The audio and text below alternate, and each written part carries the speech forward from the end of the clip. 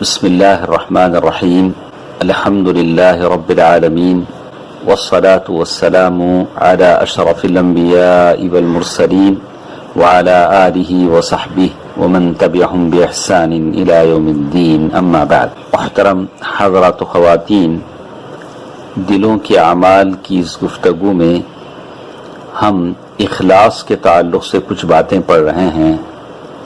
اخلاص آدمی کو مشکلوں اور تکلیف کی گھڑیوں میں آدمی کو نجات دیتا ہے.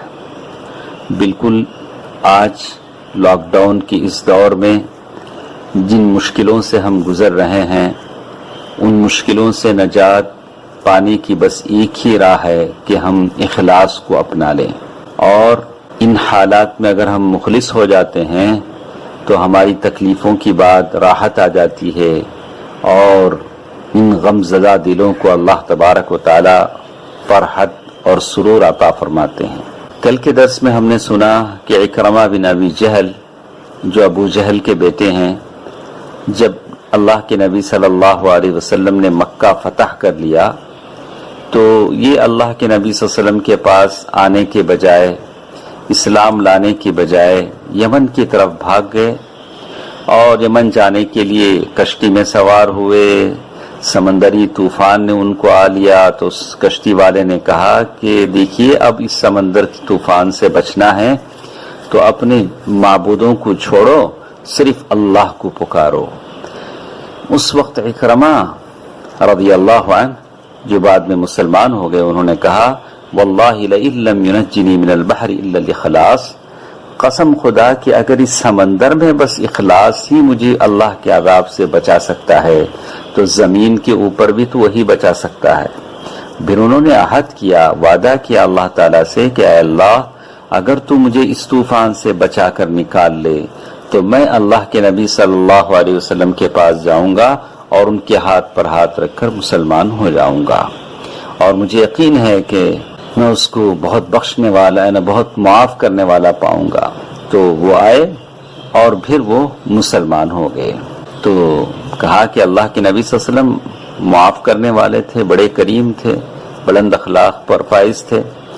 تو یہاں بات بتانے کی یہ ہے کہ ان کو نجات کس چیز سے ملی، کون سی چیز تھی؟ وہ اخلاص تھی. تو وہ سارے خدا نظروں سے غائب ہو گئے. مشکل کے وقت ایسا ہی ہوتا ہے، تو مشکلوں میں صرف اللہ تبارک و تعالی ہی کام آتا ہے. آدمی کا دل اپنے اللہ تبارک و تعالی سے جڑ جاتا ہے اور وہ جان لیتا ہے کہ اب اس مشکل گھڑی سے نکالنے والا صرف اللہ تبارک و تعالی ہی ہے. اسی لیے اللہ تبارک و تعالی نے قرآن مجید میں ارشاد فرمایا وَإِذَا مَسَّكُمُ الضُّرُّ فِي الْبَحْرِ ضَلَّ مَن تَدْعُونَ إِلَّا إِيَّاهُ فَلَمَّا نَجَّاكُمْ إِلَى الْبَرِّ أَعْرَضْتُمْ وَكَانَ الْإِنسَانُ كَفُورًا. اور سمندروں میں مصیبت پہنچتے ہی جنہیں تم پکارتے تھے سب گم ہو جاتے ہیں، صرف وہی اللہ باقی رہ جاتا ہے. پھر جب وہ تمہیں خشکی کی طرف بچا لاتا ہے تو تم منہ پھیر لیتے ہو، اور انسان بڑا ہی ناشکرا ہے. سورۃ الاسراء آیت نمبر 67. اور اسی طرح اللہ تبارک و تعالیٰ نے اور ایک آیت میں بھی پھر اللہ تبارک و تعالیٰ نے ایسی ہی ایک بات بتائی وَإِذَا غَشِيَهُم مَّوْجٌ كَالظُّلَلِ دَعَوُا اللَّهَ مُخْلِصِينَ لَهُ الدِّينَ فَلَمَّا نَجَّاهُمْ إِلَى الْبَرِّ فَمِنْهُم مُّقْتَصِدٌ وَمَا يَجْحَدُ بِآيَاتِنَا إِلَّا كُلُّ خَتَّارٍ كَفُورٍ. اور جب ان پر موجیں سائبانوں کی طرح چھا جاتی ہیں تو وہ نہایت خلوص کے ساتھ اعتقاد کر کے اللہ تعالی ہی کو پکارتے ہیں.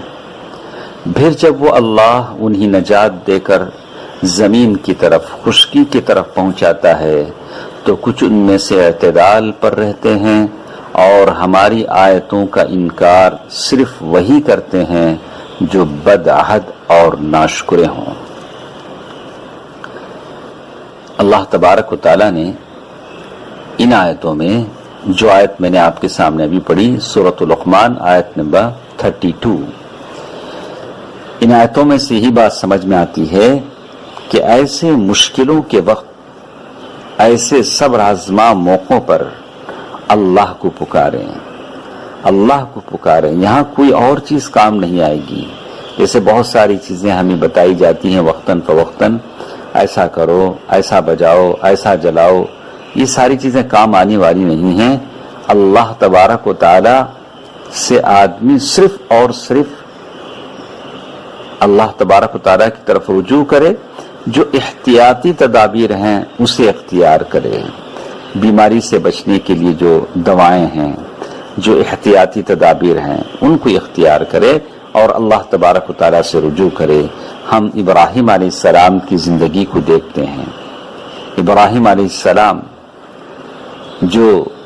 جن کو اللہ تبارک و تعالی نے امام کا لفظ دیا، اللہ تبارک و تعالی کہتے ہیں جب وہ اپنے قوم سے الگ ہو گئے، اپنے قوم کو چھوڑ دیا، جیسے اللہ تبارک و تعالیٰ نے سورۃ مریم آیت نمبر 49 میں اللہ تبارک و تعالیٰ نے اس کا ذکر کیا تو کہا، جب ابراہیم علیہ السلام اپنے قوم سے الگ ہو گئے تو کہا فَلَمَّا اعْتَزَلَهُمْ وَمَا يَعْبُدُونَ مِن دُونِ اللَّهِ وَهَبْنَا لَهُ إِسْحَاقَ وَيَعْقُوبَ وَكُلًّا جَعَلْنَا نَبِيًّا۔ جب ابراہیم علیہ السلام ان سب کو اللہ اور اللہ کے سوا ان کے سب معبودوں کو چھوڑ چکے تو ہم نے انہیں اسحاق اور یعقوب علیہ السلام عطا فرمائے اور دونوں کو نبی بنا دیا۔ تو جیسے اللہ کے نبی صلی اللہ علیہ وسلم نے کہا کہ اللہ تبارک و تعالیٰ کے لیے تم کسی چیز کو چھوڑو گے تو اللہ اس سے بہتر چیز تم کو عطا کرے گا۔ ابراہیم علیہ السلام نے اپنا وطن چھوڑا، اپنا خاندان چھوڑا، اللہ تبارک و تعالیٰ نے اس کے بدلے میں ان کو ایسی ذریت اولاد عطا فرمائی جس سے ان کی آنکھیں ٹھنڈی ہوں اور وہ اپنے وطن کو بھول جائیں اور اپنے خاندان کو بھول جائیں۔ اسی لیے کہتے ہیں کہ انسان کی زندگی میں کوئی ایسا عمل ہونا چاہیے جو اللہ اور اس کے بیچ مخفی ہو، جس کو اللہ کے بندے جانتے نہ ہوں۔ تو چلیے انشاءاللہ کل کے درس میں ہم سنیں گے کہ اللہ اور آپ جس چیز کو جانتے ہیں وہ ایک ایسا بھید ہے، ایسا عمل آپ کا ہونا چاہیے جو صرف اللہ تبارک و تعالی جانے، آپ کے اور دوسرے لوگ اس کو نہ جانیں، صرف آپ جانیں اور آپ کا اللہ جانے۔ ایسا کوئی عمل آپ کی اور میری زندگی میں ضرور ہونا چاہیے۔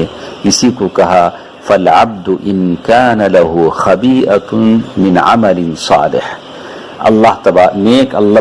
بندے کے نیک اعمال میں سے کچھ ایسے اعمال ہونی چاہیے جو چھپے ہوئے ہونی چاہیے، چاہے وہ نمازیں ہوں، صدقہ ہو، کوئی نیکی ہو جس کو لوگ جانتے نہ ہوں۔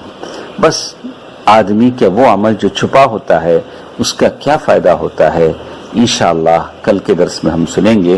اللہ تبارک و تعالی جو بھی ہم سنتے ہیں اس پر عمل کرنے کی توفیق دے۔ میں جتنے حضرات یہ باتیں سنتے ہیں ان سے کہوں گا کہ اسے اپنے دوستوں تک پہنچائیں تاکہ اس خیر میں آپ بھی شریک ہو جائیں۔ اللہ تعالی ہم تمام کے اعمال کو قبول فرمائے، عافیت عطا فرمائے، آمین۔ والسلام علیکم ورحمۃ اللہ وبرکاتہ۔